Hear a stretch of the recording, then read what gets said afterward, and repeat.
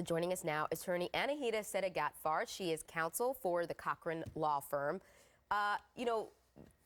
It's hard for me to take a side here, and everyone's like, well, why didn't she come out with these allegations earlier? But we've seen time and time again with domestic violence cases that usually the victim does not report it in the beginning. For many reasons, yeah. That's very true. And I'm not going to make a determination either. I think that's left up to the court to decide later this month, which they will. But I can tell you, based on the facts that we know now, I don't think it's looking very good for her. You know, she's coming out saying she was abused by Johnny Depp for years, yet she never did call the police. She never filed a police report. No one ever saw any injuries on her. And yes, it is true that victims of domestic violence oftentimes don't call the police because they're scared of their abuser, and oftentimes they do identify with their abuser. They don't want to get him in trouble, so they won't report it.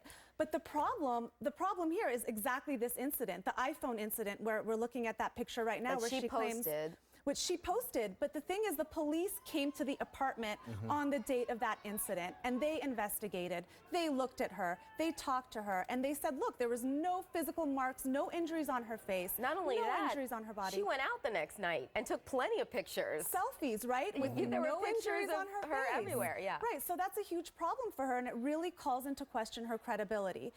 You know, the police said there was no evidence that the apartment was even in disarray. She claims there were glass bottles thrown on the floor. They concluded there was simply no evidence of domestic violence. And if there were, look, they would have had to arrest Johnny Depp right on the spot, regardless of whether or not she wanted to press charges. I wanted to ask you about that because they didn't. And from my knowledge and just what I've heard from police, when you are called to a domestic violence incident, they end up arresting someone, and typically it's the male. That's true. If there's any evidence of any domestic violence, the male will usually get arrested. And we know, remember, the court here has only granted a temporary restraining order. And after the O.J. Simpson case, we know that courts routinely grant them now because of what happened in that case. And that also goes along with why they're more, able to arrest people when there are these allegations. But there's going to be a full hearing at the end of this month.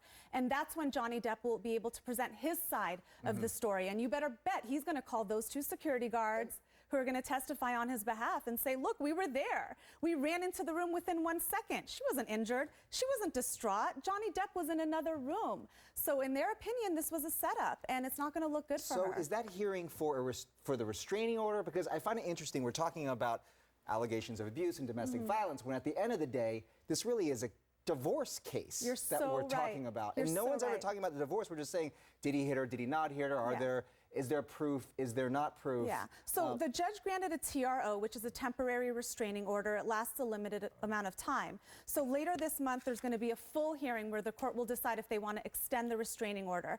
But yeah, people are questioning her credibility because she is going through a divorce. There is no prenup. So could it be that she's, making up these allegations that this is a money grab to gain leverage in the divorce to try to get more money? I mean, I think that's something that's certainly worth exploring in light of the fact there really is no evidence substantiating her claims here. So where does this go? I mean, they're just, it's almost being played out back and forth in the public, court of public opinion here.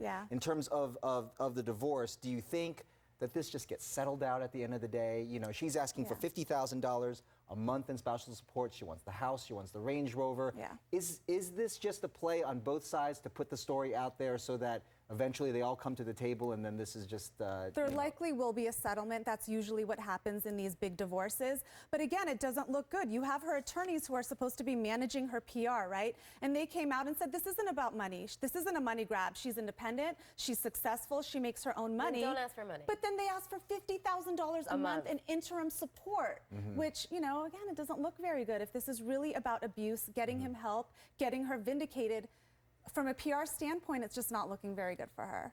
And, as much as we want to support victims of abuse and we don't want to attack them, as so many people did initially when this story comes out, for people that are, accused of abuse that might be innocent, it can really ruin a career and ruin a lot. Yeah, and let's be clear. Look, allegations of domestic violence, they absolutely should be taken seriously. But the problem is when you have people making false allegations, it makes it that much more difficult for true victims of domestic violence to come forward and to be believed. Anahita, thank you so much. Thank you so much for having me. Appreciate it.